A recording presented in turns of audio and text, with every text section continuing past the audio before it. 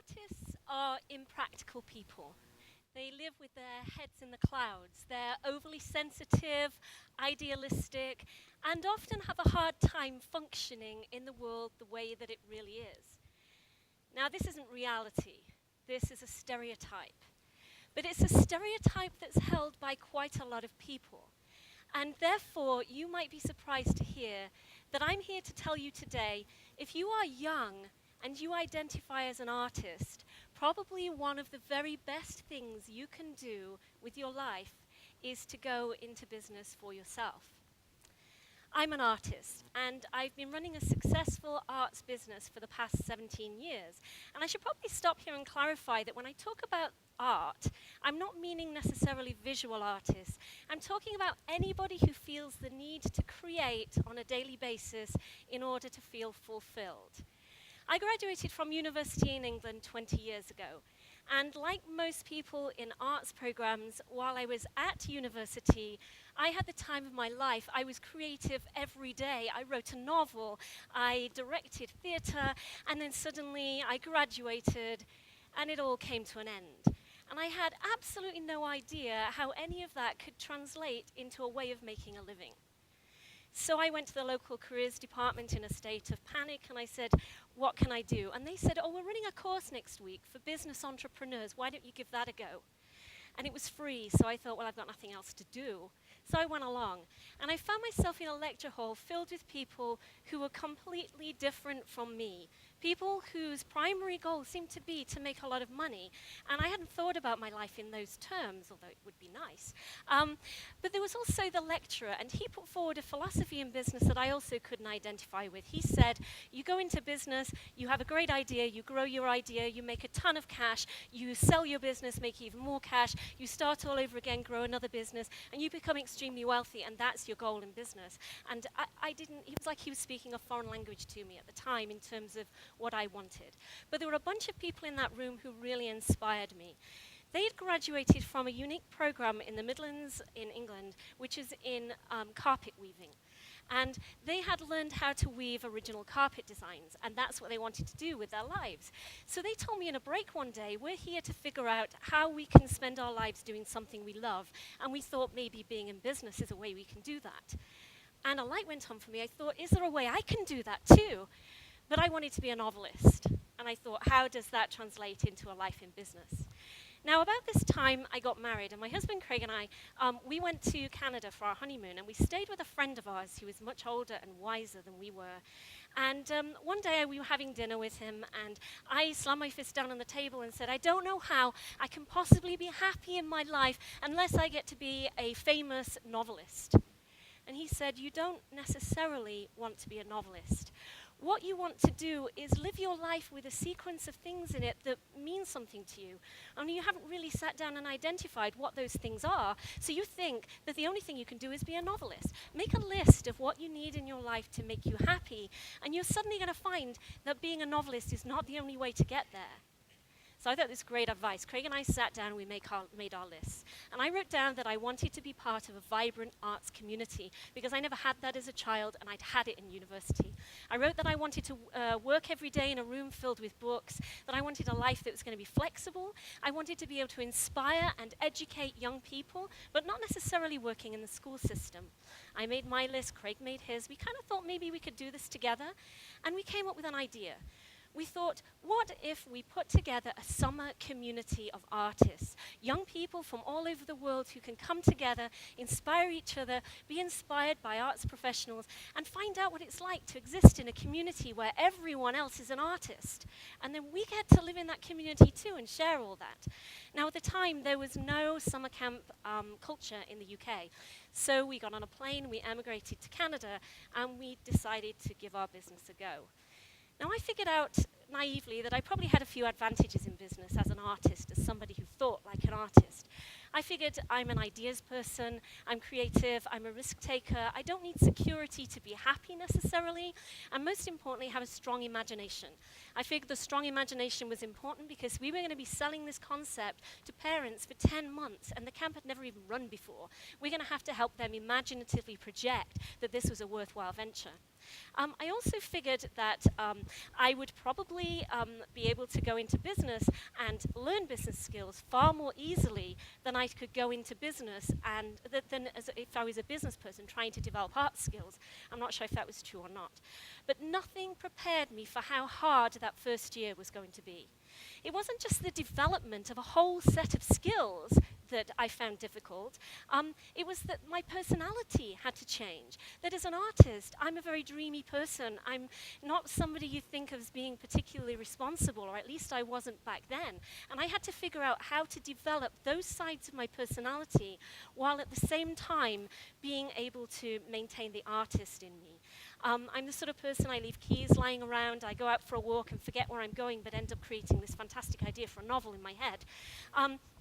So how could I become an artist in business? Fortunately, about this time, we met another very wise person, and he was the headmaster at a school that's actually become the school that we run our arts camp in and have for the past 17 years.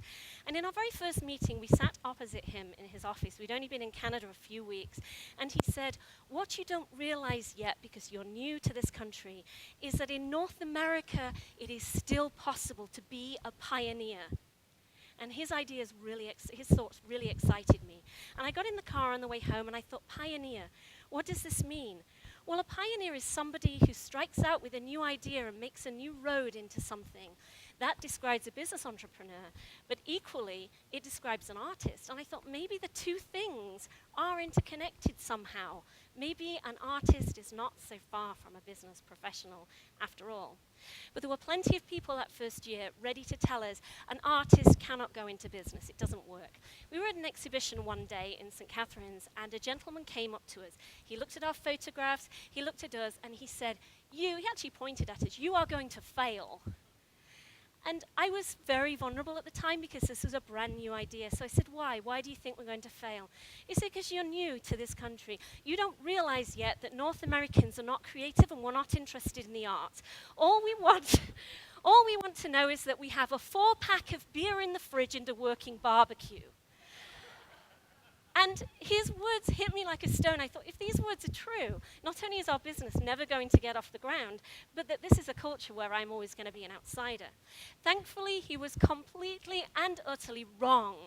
And within the next 5 years, our business is hugely successful. We were attracting young people from 21 different countries.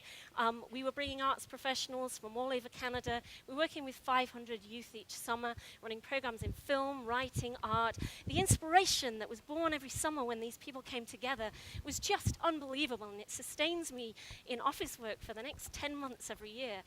We'd also set up an adult arts retreat, and we were doing international tours.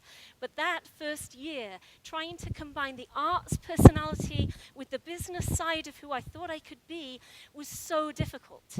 And I remember at the end of 10 months of trying to get kids signed up for our camp, we had just 40 enrollments. Felt almost like a failure. And we walked in on the first day of the summer, and the headmaster handed us the keys to his school. And he gave us a lecture about responsibility. We were very young, we were only 23 at the time. And we took the keys, and I thought, I've got to be able to do this. I have to learn how to be responsible. I've got to add business to the art side of who I am and not let the art suffer.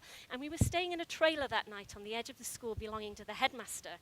I walked into the trailer, put the keys down on the table, walked out, the door slammed and locked behind me. And I was standing outside, and I felt this sheer sense of self-loathing. I thought, how can I let this happen? I'm going to destroy everything this way. There was a small window above the sink in the trailer, and it was about this wide, and I thought, I can get through that. So I got Craig to give me a leg up, and I put my head and my shoulders through the window.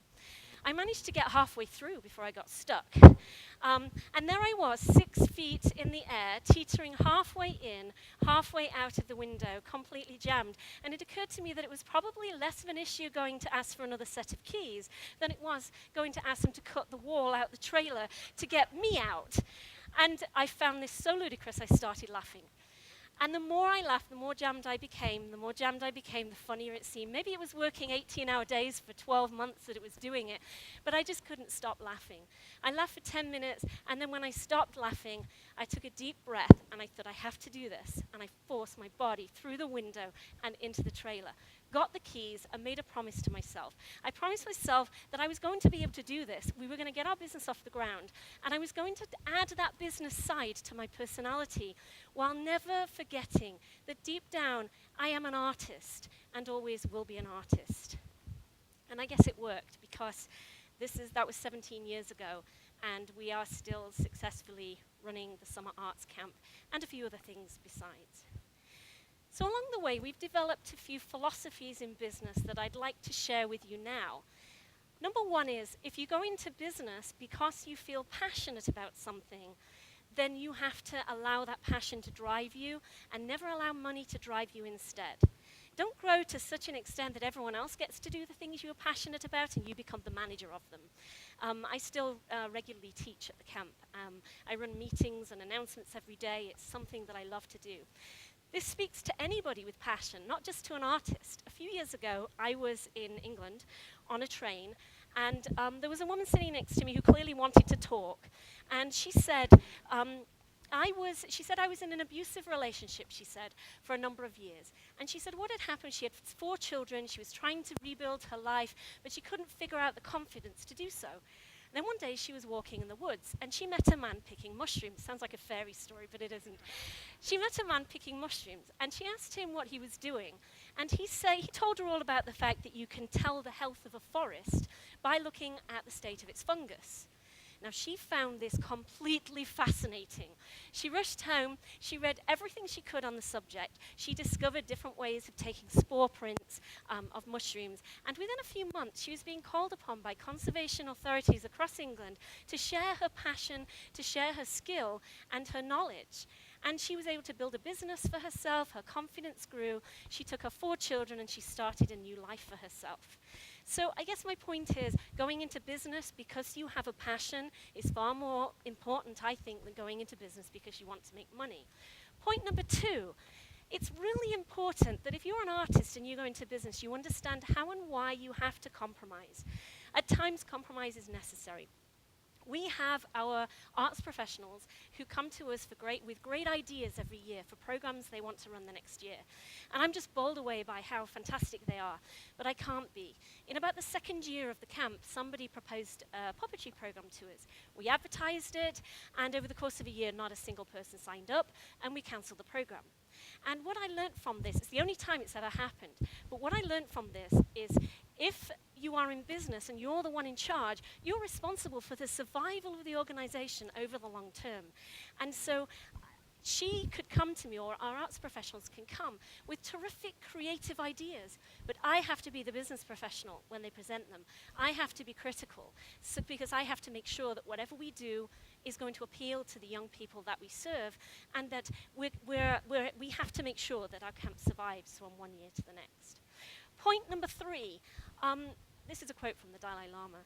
Know the rules so you understand how to break them. There are certain rules in business that should never be broken, and they're to do with integrity and responsibility to the clients and the customers you serve, and also responsibility to the staff who work with you. It doesn't matter what your business is, those things hold true. We have to keep kids safe, we have to inspire them, we have to offer the programming that we say we're going to offer. But outside of those essentials, there are plenty of ways we can compromise. I never want to work 9 to 5, so I never work 9 to 5. I don't like offices, so I generally don't work in them. I'm more likely to be seen in the garden with a netbook propped on my knees when I'm answering email, or down at a local cafe, or even sitting with a few novels on one side and the netbook here on my bed at home. That's how I choose to work. I go to arts retreats for a while overseas and do extra work before and after to compensate. So I've built a business model that works for me and that keeps me inspired. And I think it's important to remember when you go into business, outside of the rules to do with integrity and responsibility, you build your business the way you want. And I think a lot of people forget that after a while and think they have a model they have to follow. The fourth thing I just want to say is that a lot of artists I know, I'm not the only one, who fits some of the stereotypes at the beginning of the speech.